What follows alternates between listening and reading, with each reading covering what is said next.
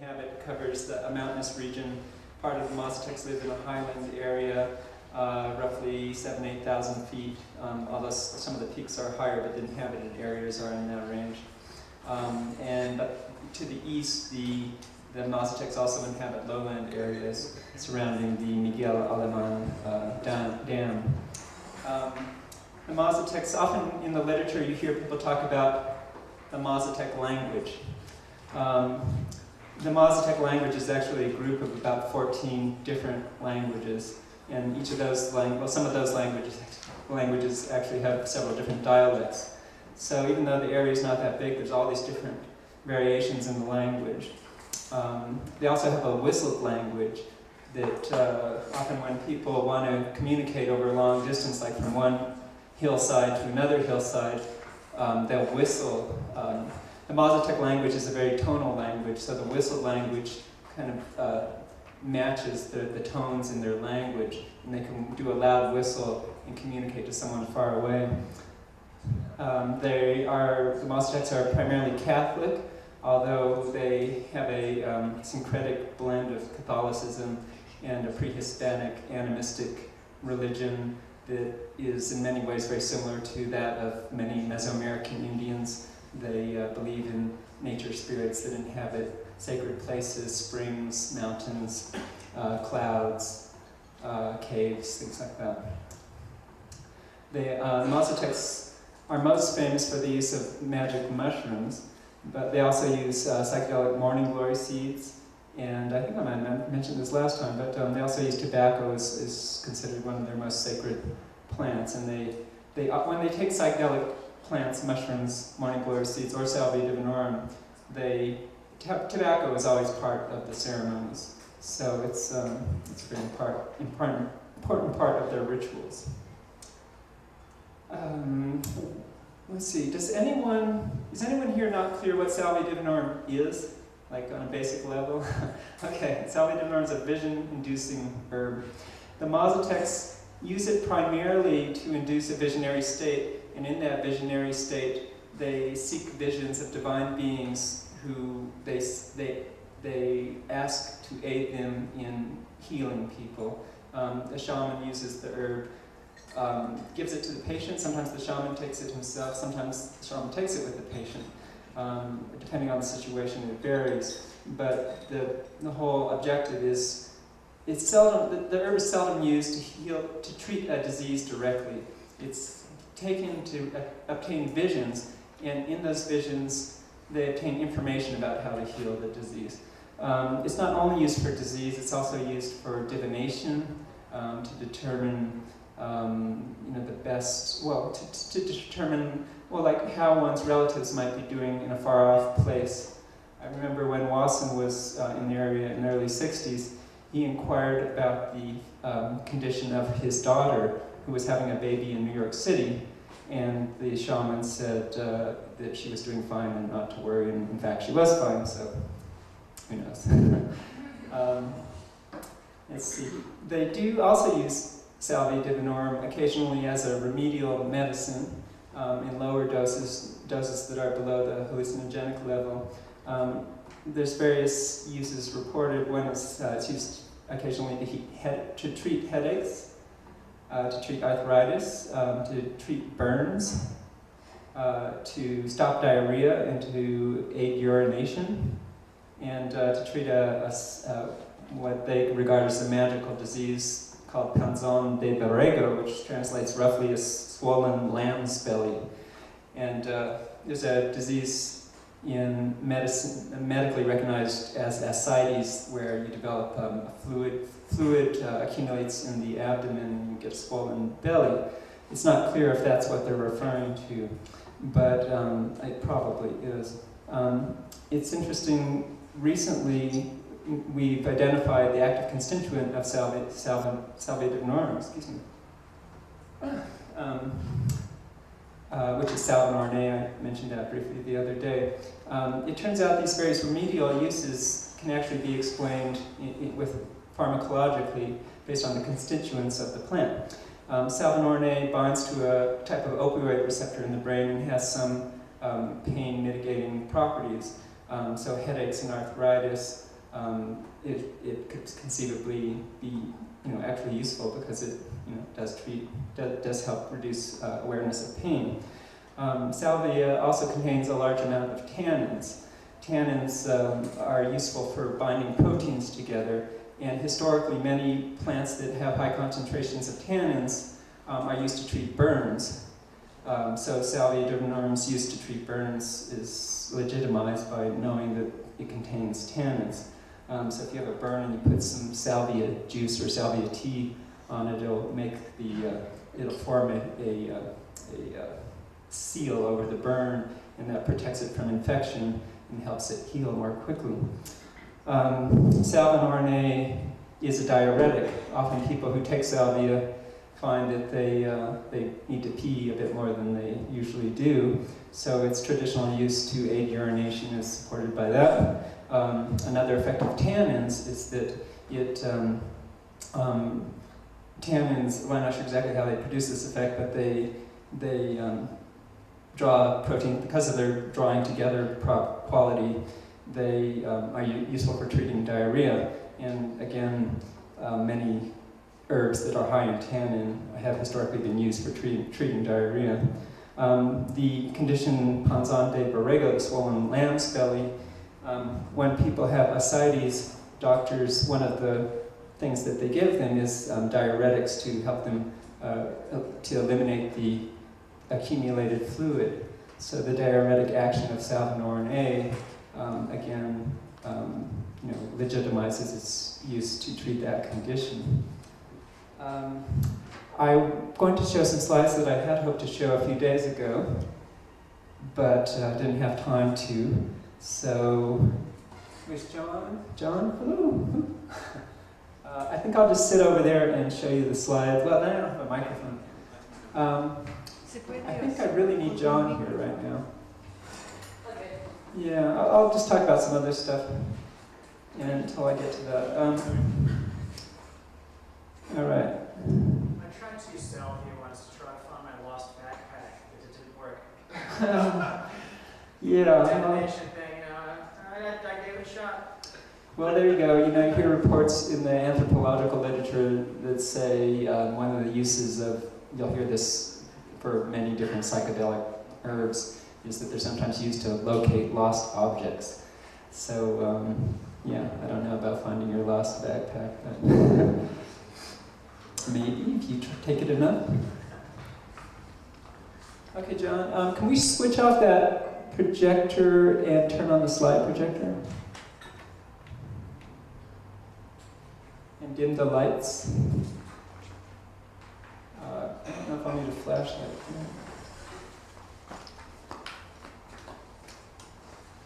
Okay, how's our time doing? We're doing pretty okay. I'm just trying to keep tabs on how quickly we're going. Okay, some of you who are going to be going to the Mazatec region, this is the kind of thing you'll be seeing on the way there. And if you're not going, well, this is the same thing you'd be seeing if you were going. We're on a plateau here in the Oaxaca Valley, and if you go to the north a bit, the plateau drops down. And as you drop down to this valley, you go down into the Tehuacan Desert. And there's a river that runs through the Tehuacan Desert in the bottom of the valley that, I don't know the name of the river, but because it's very dry down there, and but it's, of course, wet along the river, they have mango plantations all along the riverside. But away from the river, this is all serious desert. Can I have the next slide? A few of these pictures are a bit overexposed, so they're not so great, but you can see all the giant columnar cactus. Some of these cactus are like 20 feet tall and or bigger. Well, I don't know, 20, maybe a little bit more than 20 feet tall. But this picture doesn't do it justice. You go walking in there, it's like a forest of cactus, and then you look on the ground and it's littered with all different kinds of cactus. The Tehuacan Desert is thought by many cactus biologists or botanists to be one of the likely centers for the original evolution of cactus. So there's a tremendous diversity of cactus in that area. Can I have the next slide? So there's a point going through the Tehuacan Desert where you have to start traveling up into the mountains to get to the Mazatec region. And this is the eastern Sierra Madre. And as you climb into the mountains, you leave the desert and you go through scrubby, chaparral-like, a chaparral-like ecosystem, and into oak forest and pine forest. Next slide, please. Oh, could you go back to the last one just for a second? No. Oh, no, you can't. Well, you might have noticed the clouds hovering over the mountains there. Well, it's really one of the extraordinary things that struck me the first time I went there was you go from this very, very dry, hot desert, and I can't possibly imagine how you can go up, how there can be any place near there where there's mushrooms to be found. But you climb very quickly, and these clouds just sit up on the mountains up there, and it's a whole different world. It's cool and very moist up there. So this is part of the town of Huautla de Jimenez, where Maria Sabina once lived, and it's kind of the center for mushroom tourism in Mexico. Although I hear people are going to some other villages for mushrooms as well. But this is historically the place where people from all over the world make a pilgrimage to have a so-called authentic mushroom ceremony. Although usually what foreigners experience is seldom really that authentic. They've been, since the 60s, people have been going there since the 50s really, but since the 60s there's been a lot of people going there to have mushroom ceremonies and now salvia ceremonies, and occasionally people try morning glory seeds there as well. And so it's been rather commercialized. If you take a bus up to Huautla, you're likely to be greeted by little kids as you exit the bus offering you mushroom ceremonies with their grandmother or something. So next slide, please. This picture is on the road to San Jose Tenango, which is a small village on an unpaved road, not too far from Huautla. I included this picture because you don't see these buildings much anymore, but when Wasson was there, this was the typical traditional Mazatec house with the thatched roof and adobe walls. Nowadays, almost all the buildings are tin-roofed and concrete block walls. Next, please. This is another view of Huautla. You can see Huautla, there's just no flat ground anywhere. It's very steep terrain up there, so everything's on hillsides. In some of the bottoms of the valleys, there's coffee plantations, but not much flat ground. So let's see, next slide. And that's a pretty good shot of one side of Huautla. Huautla has grown tremendously in the last 20 years or so. It used to be a very small village, and just everyone from all the little villages seems to be moving to Huautla, and it's becoming a big town. Next slide. I think I mentioned previously that Huautla is famous for its caves. Some of the deepest caves in the world are in the Sierra Mazateca. This is a couple of friends of mine sort of peeking into a cave entrance. You can't see anything without sticking some powerful lights down there, but that's a cave. These caves usually just go straight down, so you don't want to venture in very far or you're likely to lose your life, as many people have apparently. They just drop down into the earth hundreds of feet sometimes. Let's see. Next slide. Last time I was there, they were having a little pageant for the school children, and they were displaying their special dresses and doing dances and things like that. They do a lot of embroidery, the Mazatecs do a lot of embroidery, and these are very elaborately embroidered huipils. Next, please. And this is the traditional gown of the Mazatec women with these applique ribbons and embroidery. You don't see people wearing it much except on special occasions like this, or you'll see sometimes the very old women still wear this on a daily basis, but most people are just wearing regular Western clothes these days. Next, please. This is Maria Sabina's tune. They put this little book here with one of her chants written out in Mazatec on it. She sometimes talked about having visions in which she was shown a book of knowledge, and presumably that's a reference to that. Later today, I think after Jonathan talks, Linda Rosa is going to be reading some of Maria Sabina's chants, and I think she has some books about Maria Sabina that she wants to pass around. Next, please. This is showing an uninhabited forested area. This is typically where Salvia divinorum is found growing in ravines, in shaded ravines. Ravines, well, shade because it likes shade, and ravines because the ravines collect water, and is usually water seeping through the soil, and sometimes little streams running through. And Salvia likes a lot of moisture. So if you put a plant there, it'll just sort of spread around and grow on its own. And that's the way the Mazatecs like to cultivate it, in these sort of out-of-the-way ravines, and let it do its own thing, and then when they need it, they go out there and collect it. And next, please.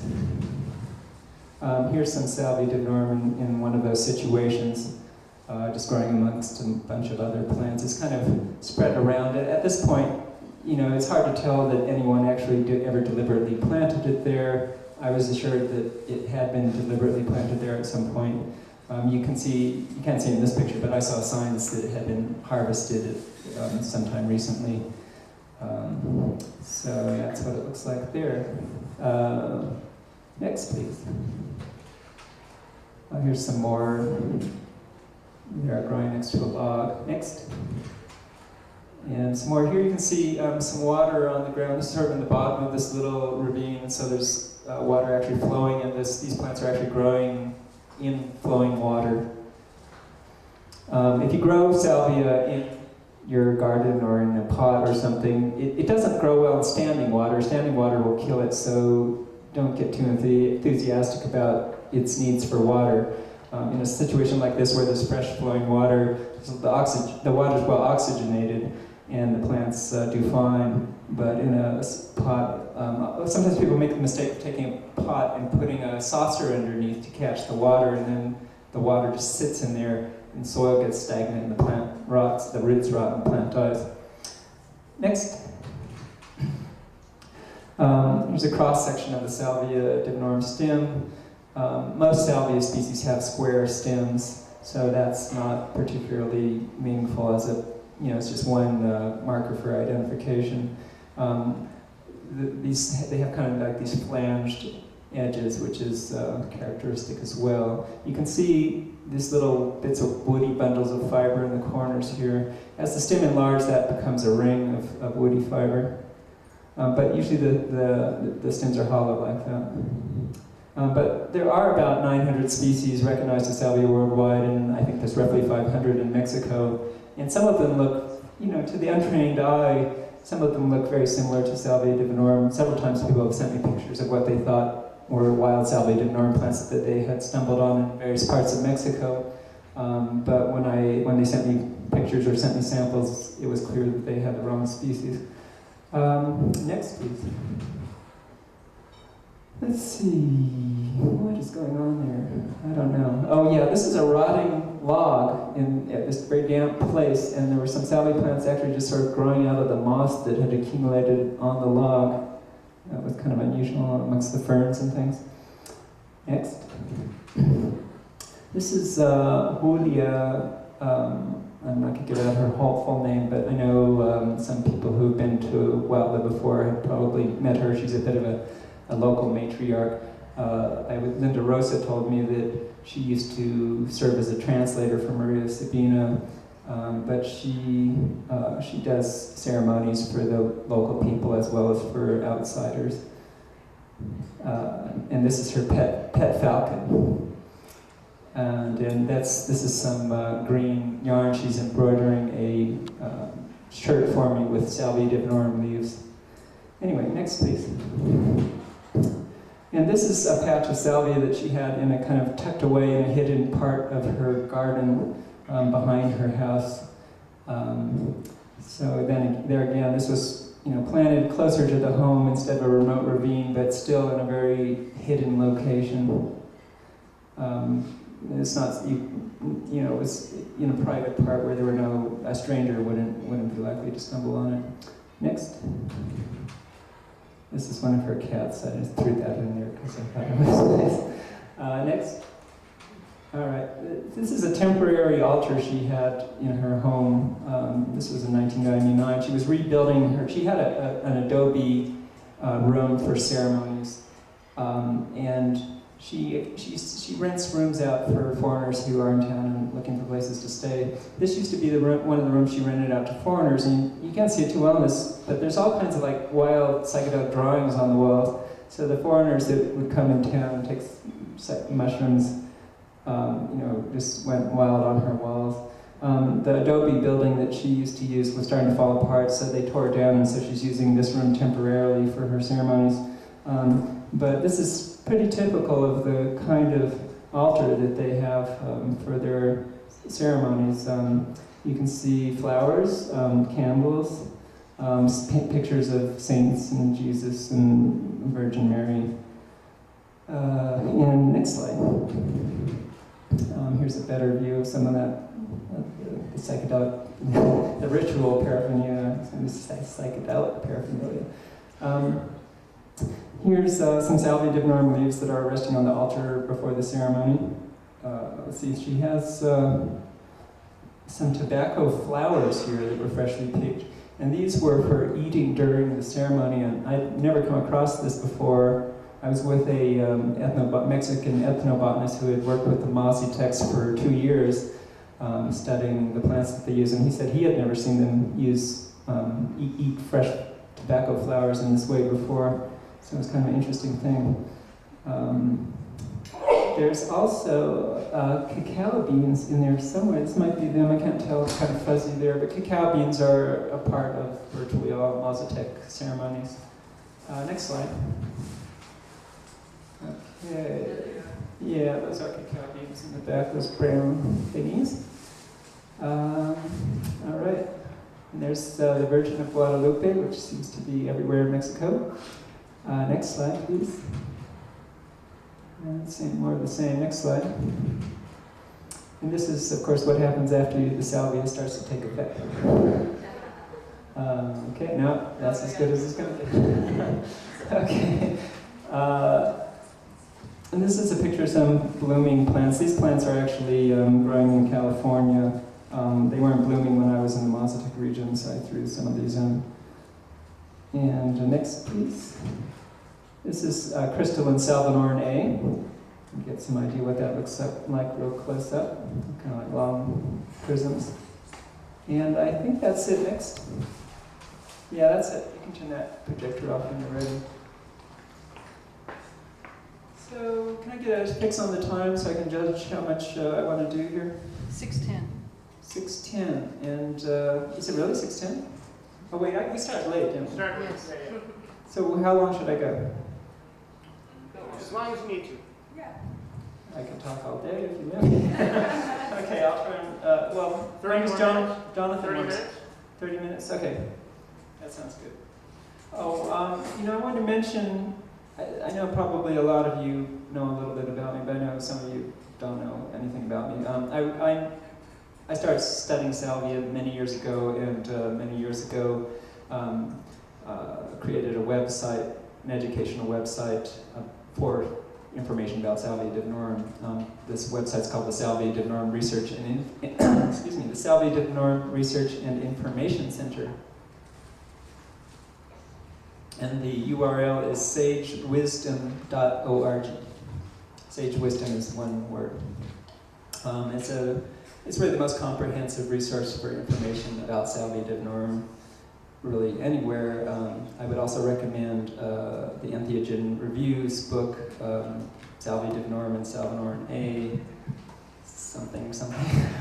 I forget if it has a subtitle, but there's a lot of interesting information there as well.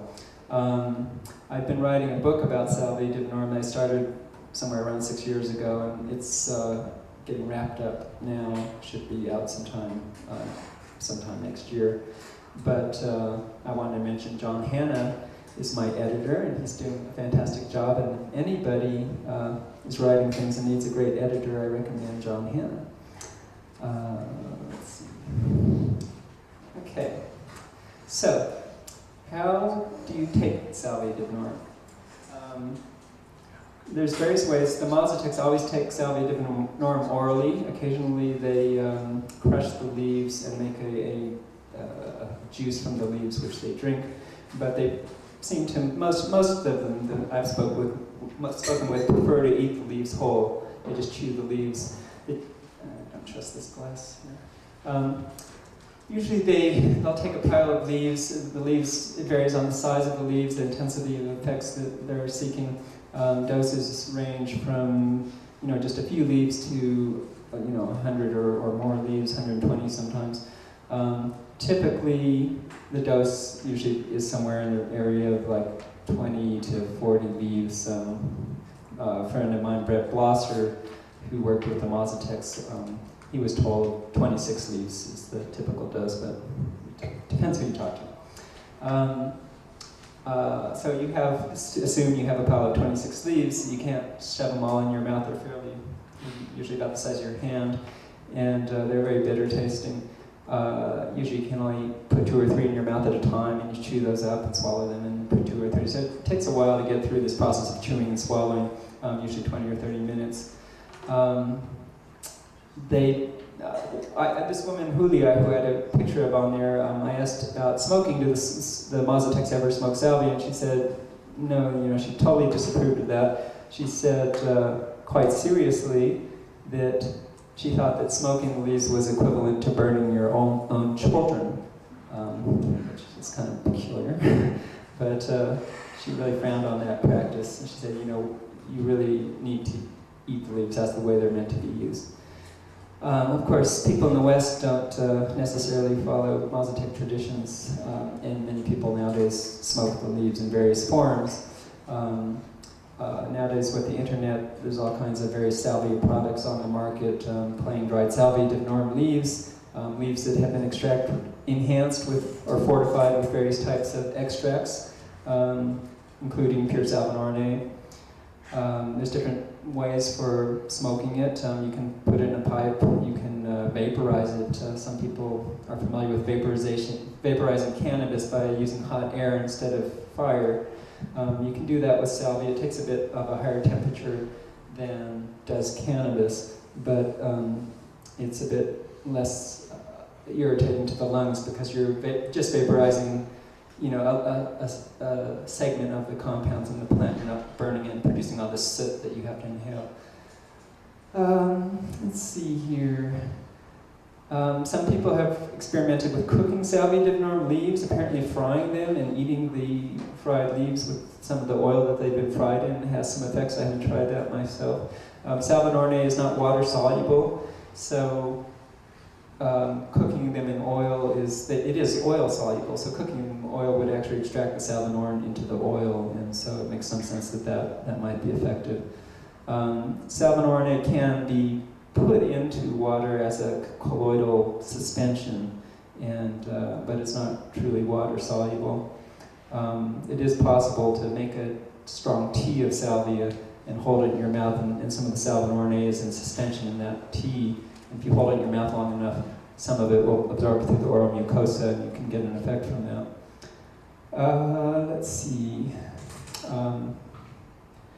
There's also the possibility of making salvia liqueurs, beers, and so forth. Someone I know in Texas made a salvia beer a few years ago that was delicious, but didn't seem to have any effects other than the alcohol effect. But I didn't try holding it in my mouth for a long time to see if it would work that way. But interestingly, when I was in the Mazatec region in 1999, I was told that there was they have you go to a liquor store in Huautla, and it's typically a little dark room with like bottles of Pepsi that have been emptied out. Just used bottles of Pepsi and other empty bottles that they fill with homemade fruit-flavored or herb-flavored aguardiente. Aguardiente is like a cane liqueur, or it's a cane liquor. And so they have all these sort of homemade flavored aguardientes. And I was told by my ethnobotanist friend that guy actually had a Salvia divinorum aguardiente, but that I shouldn't ask him about it because it was like, he was very secretive about this. Apparently he also had a marijuana aguardiente. Of course, he didn't want to talk about things like that. Let's see, does anyone have any questions about smoking techniques or chewing techniques or... let's see, I don't know, start Yash Paul? Can you, about eating the dried leaves? Eating the dried leaves. The leaves, the Mazatecs always eat the leaves fresh. They pick the leaves on the day, usually on the day that they're going to take the leaves. But they don't need to be used fresh. They can be taken dried. If you just stick the dried leaves in your mouth, they're very rough and uncomfortable at first and kind of scratch up your mouth until they soften up. So it's better to moisten them a little bit before you put them in your mouth. Just wet them a little bit and let them sit for 5 or 10 minutes to soften. It's not as pleasant as chewing the fresh leaves because for some reason they don't really come back. They're not quite as tender as the fresh leaves. They always have kind of a chewier texture even after they've been moistened. But they do work, so that's a way to go about it. I encourage anybody who's really into salvia, wants to experiment with it, to get a plant and grow it themselves. It grows very easily as a house plant. It grows outdoors as long as it's not freezing outside. So it can be grown in climates like this. It can grow outdoors year-round. In more temperate climates, you can grow it outdoors part of the year and then just start cuttings and grow small plants in the house over winter. The advantage of growing your own is, of course, you get free salvia and you get to interact with the living organism and have a different relationship with the plant that way. Let's see. Some people have experimented with pure Salvadorne, insufflating it or snuffing it. I've heard that this can work if you really powder it very finely, but it's not, particularly particularly reliable method because it's not water soluble. It sort of sits in the mucus in your sinuses, and it doesn't really dissolve easily, so absorption isn't so reliable. Some people have experimented with absorption through the skin using DMSO and other solvents. I've yet to hear of any success with that route.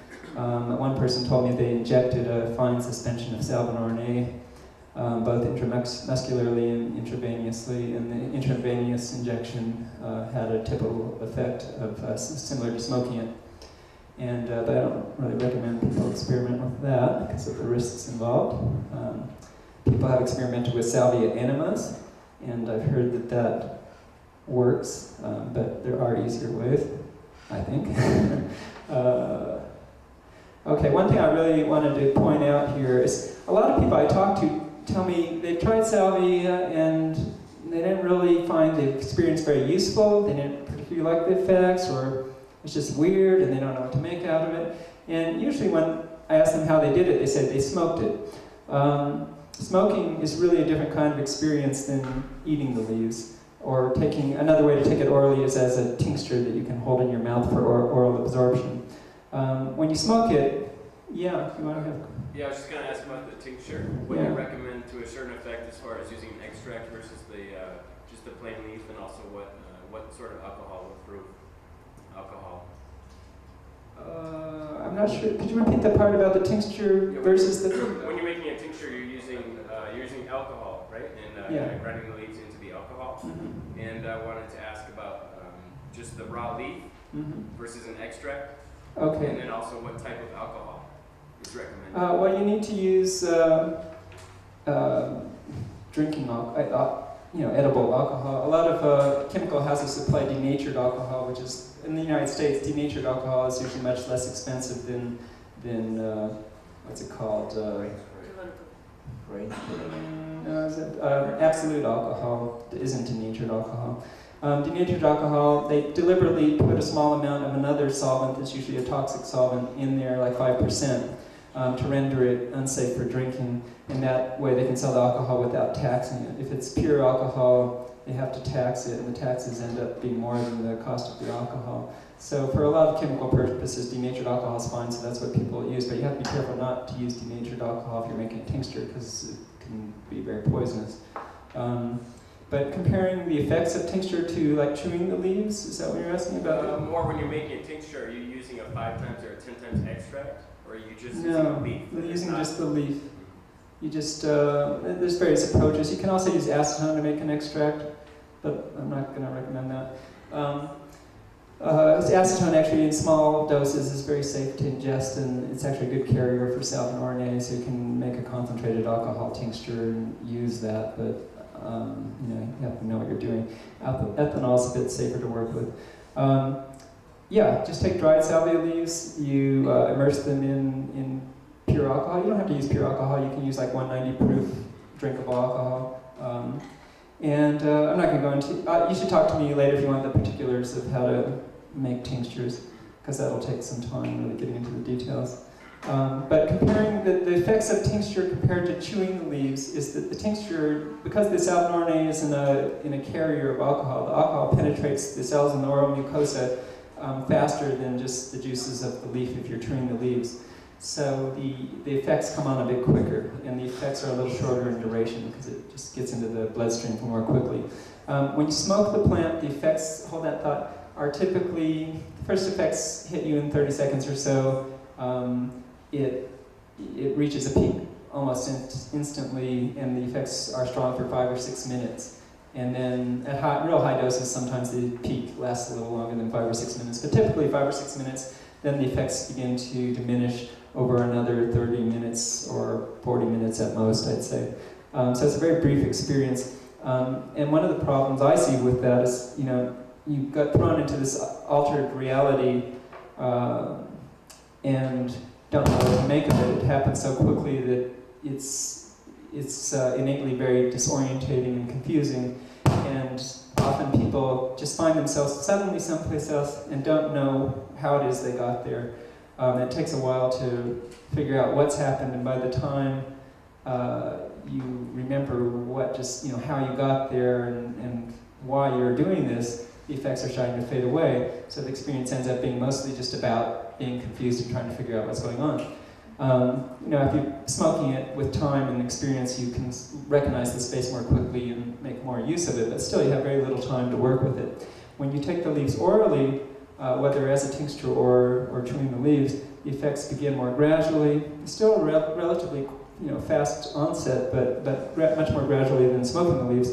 And you can remember, you can bring your intention in there with you more easily than you can when you smoke it. And so you don't have that sense of disorientation. You ease into it, and you go into it with a sense of you're more comfortable instead of fearful and disoriented. So you have a mindset that's more conducive to a positive experience from the start. And then also it lasts longer. Typically when it's taken orally, as a tincture, this plateau, the peak plateau, is 30 or 40 minutes, and then starts diminishing for another hour or so. When chewing the leaves, the plateau lasts an hour to an hour and a half, and diminishes over another hour to an hour and a half. So you have quite a bit of time to explore it actively, think about different things, try out different ways of exploring your mental space, and you might want to examine personal issues, examine your feelings about things, do personal work, with self-directed psychotherapeutic types of work. I think that would actually be would be very useful in some therapeutic contexts with guided therapy. And you were going to ask a question. Yeah, is salvinorin A actually acid destroyed through acid? Because when there is some recommendation like keeping it in the mouth and the absorption through the oral mucosa, that actually indicates that the stomach seems to destroy the salvinorin, right? And then there's some other recommendation that you better brush the inside of your mouth with a toothbrush in order to make the lining a little bit thinner, so the diffusion space is smaller. Right. So is it being destroyed by acid, or what's the... Yeah, it is by stronger acids, but stomach acid doesn't seem to be strong enough to... Well, it's pH 1, I mean, it is pretty strong. Well, it doesn't seem to be strong enough as far as I can tell. I did a kind of sort of gross experiment once where I took some salvia leaf juice and on an empty stomach swallowed the juice and let it sit in my stomach for 15 minutes, which is usually about the time when the effects would begin to be noticed, and then regurgitated some of that fluid, and then I checked that fluid for salvinorin A content, and the salvinorin A seemed to be unchanged. There was no indication of decomposition of the salvin. There was no indication that it was decomposing. So the acid stomach, at least in my stomach, doesn't seem to be breaking down. I suspect that it is torn apart by enzymes further down in the process, possibly through the first pass metabolism in the liver, perhaps before that in the intestines. So it's not really clear exactly why it's not well absorbed through the gastrointestinal system. I suspect it's being broken down in some form. Some people have reported that they get some effect after swallowing a large amount of leaf juice and bypassing oral absorption or mucosa. My experiments, and most people I know haven't had any success with that, but the fact that some people say that they've had some success suggests that maybe if you take enough, you get enough into your bloodstream to have an effect. It's not all destroyed. Or maybe that some people vary in their enzyme levels, and who knows exactly what. But some people like to combine different methods. I prefer to take it orally, and I encourage people to take it orally. Most people have more rewarding, useful experiences taking it orally. But sometimes taking orally is problematic, doesn't work well for everybody. The effects are often too mild, and people are disappointed. So if it doesn't work well, some people will boost the effects by smoking a little salvia on top of the oral dose. So of course, I want to always mention that it's important to have a sitter when experimenting with salvia, especially strong doses. Occasionally, when people have very intense experiences, occasionally people will get up and do something that's very much like sleepwalking. Their mind is in some other altered reality entirely, and for some reason their body will just sort of get up and start walking across the room aimlessly, and if it's not someone there to sort of stop them, they can walk into a wall and fall or things like that. I don't think, usually that's a dose that's beyond a desirable dose, not just because of the risk, but because it's very frightening to lose touch with reality entirely. It's very reassuring to have at least a little sense that you do exist as a physical being somewhere in the universe. So I always tell people to start off with low doses and work your way up gradually and find the dose that's right for you. Don't just jump in because somebody else tells you a certain dose is a good dose. And of course, all the guidelines for setting and creating a safe environment and comfortable, and I'm not going to go all over that because that applies to all psychedelics, and I'm sure most of you know about all that stuff. And if you don't, you can go to my website and get some guidelines, or to Arrowwood or places like that. Question in the back. I've had good luck smoking extract, and then actually successfully orientating myself into someplace that I did want to be. But then I've never been able to repeat it immediately afterwards, like 20 minutes after it wore off. Is that normal, or am I weird? That sounds, what do you mean you weren't able to, you didn't get any effect when you repeated it, or you just didn't get the effect you wanted? I didn't get very strong effect at all. Yeah, that's weird. You're weird. Thank you. Yeah, most people find that, I haven't seen any indication that salvinorin A produces a tolerance effect, so you can smoke it, and you can smoke it, and there might be a point at which you do notice a diminishing effect, but most people haven't, I've never heard anyone notice it before. Usually people can take a dose and can take another dose 15 minutes later and do several like that, and you keep getting back up to the same place. So usually when I hear a story like that, I suspect that there was something wrong with the way you smoked it the second time, and you didn't get it vaporized sufficiently. Salvinorin A is a little more tricky to smoke than marijuana and some other things. The compound has a fairly high vaporization temperature, higher than THC, and I find it doesn't work very well rolled in as a joint because the embers don't seem to burn it hot enough to really efficiently vaporize the salvinorin A. If you put it in a pipe and suck a flame down onto it as you're inhaling, that ensures that it vaporizes it very well. And then you have to make sure you hold it in your lung a good 20 or 30 seconds before exhaling. It seems to take a while for this compound to condense out of the vapor and get into your bloodstream. So that's that. What time is it now? Maybe 10 minutes? 10 minutes, okay. What can I talk about? Boy, there's so much to talk about. This is a problem when you write books about things, you just like get so much information gathered together. I want to talk a little bit about the practical applications that I've identified for salvia. One is sort of an obvious thing that's true for a lot of psychedelic drugs is they're useful for introspection, self-analysis, and possibly for psychoanalysis or psychotherapy. They produce an introspective state of awareness in which you can examine parts of your psyche that are ordinarily inaccessible. And that has all kinds of useful applications, not just in a therapeutic context, but also scientifically. You can examine, parts of the brain that aren't ordinarily manifesting themselves. And knowing in a drug like Salvinorin A, where we know what receptors it's binding to, and knowing the types of effects it has on cognition and perception, you can identify that kappa opioid receptors are involved in perception and cognition. So you can learn a lot about how the brain operates by studying its effects and how it's acting in the nervous system. Let's see, a number of people have reported that salvia has helped them with substance abuse problems and addictions. I've received a lot of reports. People have written me with saying that they were alcoholic or had a bad marijuana habit. I don't know if bad is the word, but they had a serious problem with smoking more than they wanted to and having a hard time controlling it. One person with a heroin addiction,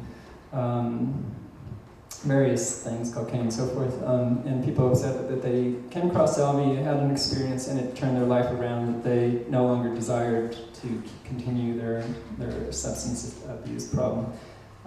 So there might be something interesting in there. There are some pharmacological reasons why salvia might actually be useful for treating addictions to certain kinds of drugs based on its neuroreceptor activity. A lot of people have reported that salvia has helped them overcome depression. And there's been at least one published report, not a clinical report, but a case report published by an Australian psychiatrist who was using it with several patients. And in addition to his report, I've received a lot of mail from people who've said that it's helped them with often serious cases of depression. So that's something that needs to be investigated more. I don't want to say it's a great antidepressant. It's probably useful for treating some types of depression, probably not others. A lot of people have told me that when they smoke salvia in the evening, that they have more intense dreams that night. And that they sleep better. Sometimes people who have difficulty sleeping find that smoking salvia in the evening somehow helps them, sleep better. I haven't really noticed that in myself, but it's something that I've heard often enough that it seems like some, practical thing that some people, can really use it for that. You probably don't want to have a mind-blowing experience if you just want it to help it get you to sleep and sleep well. But it can be used in low doses that way, in doses that are just relaxing and don't really produce much change in awareness. Some people use salvia for meditation in low doses. Salvia produces kind of focused, centered state of awareness, and it is kind of free of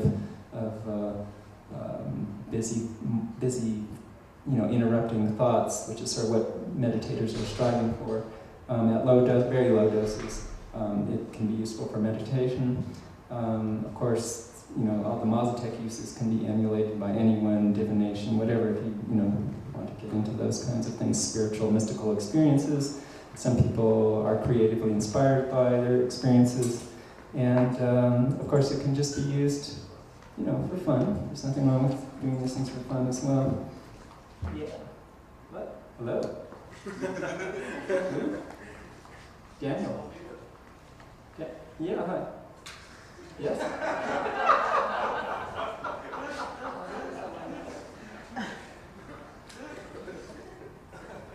Okay.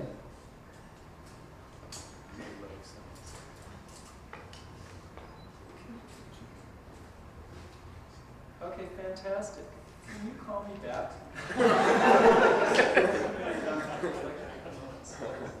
Not the best time. Oh, we're like in 30 minutes. Well, how about in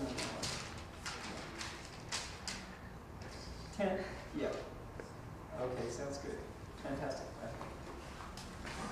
Sorry for that. That's fun. So I don't have much time. I wanted to get into some of the effects. If you've had salvia experiences, you have some idea what the effects are, but not everyone has the same type of effects. One of the most common things is people experience some sense of motion in the absence of actual motion. People will feel like they're drifting in a stream, like just sort of moving in some direction, or they feel like they're sinking or falling backwards or floating upwards and or twisting. But that's very common. Most people sense that to some extent, even at fairly low doses. The physiological effects, salvia is mostly a mental experience, but some people sweat on salvia, a small percentage, not everybody. I mentioned the diuretic effect. Some people experience some sense of heat or cold. It's not clear if that is an actual change in body temperature or just an imaginary sense of change of temperature. Some people find low doses of salvia kind of gives a increased sensuality and skin sensitivity that can be pleasurable. Often salvia affects sense of self and identities. People will become somebody else, they become an animal, they become an object. It's very common. I've never had this happen to myself, but over and over again people tell me they took salvia and became a wall, or they became the floor, or they became some object. It's a very weird thing. Someone I gave salvia to recently became steps. So I'm sure some of you probably had some of those experiences. It's very common. Often salvia affects time awareness. It may seem like a few minutes is days, or it may seem like many minutes is just a moment.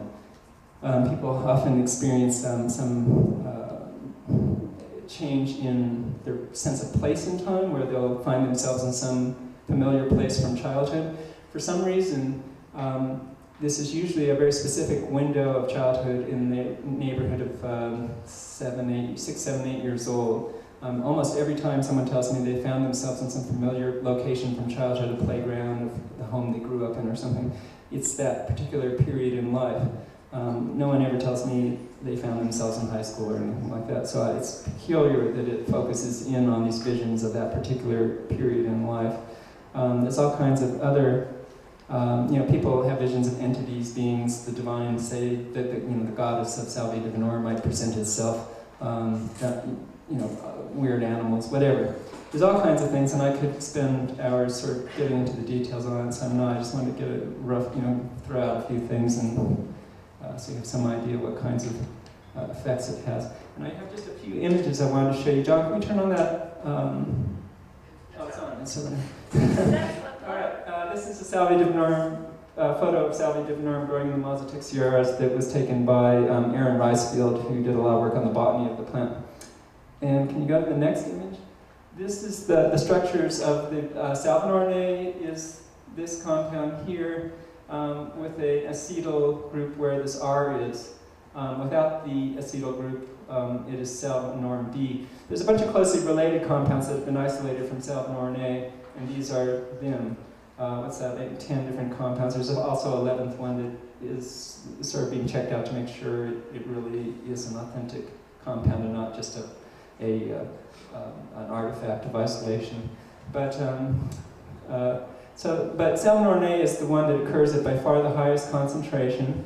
Salvinorin B and C occur in much smaller amounts. I've tried both salvinorin B and C in myself and experienced absolutely no effect from them. All the rest of these compounds occur in extremely minute amounts, and even if they were active, they can't really contribute much to the effect of the plant, at least in my mind, because there's so little in there that you'd have to consume 100 kilos of leaf or something to get an active dose if they were active, probably. So that's what the compounds look like. I know there's a few chemists here, and this might be useful for them. One thing about salvinorin is it has, where you see these little wedges and these little hash mark wedges, These are stereochemical centers that there's positions in the molecule that can either be sticking out this way or sticking out that way. The solid wedge just means that hydrogen is sticking out this way. The dashed wedge means the hydrogen is sticking out that way. And there's 7 positions like that, which means it has a very particular shape that is specific for its activity. It also means that it's very difficult to synthesize a compound like this. And Sasha tells me that this, synthesizing salvin RNA would be a project that would take a bunch of people like a year or more to accomplish. So it's very difficult. And next picture. Recently I published a paper in a British journal called Annals of Botany. It was describing the localization of salvin RNA and glandular trichomes on the plant. And these pictures are electron scanning micrographs of trichomes on different parts of the plant. But of particular interest is these sort of puffy, cushion-like trichomes. These are called peltate glandular trichomes.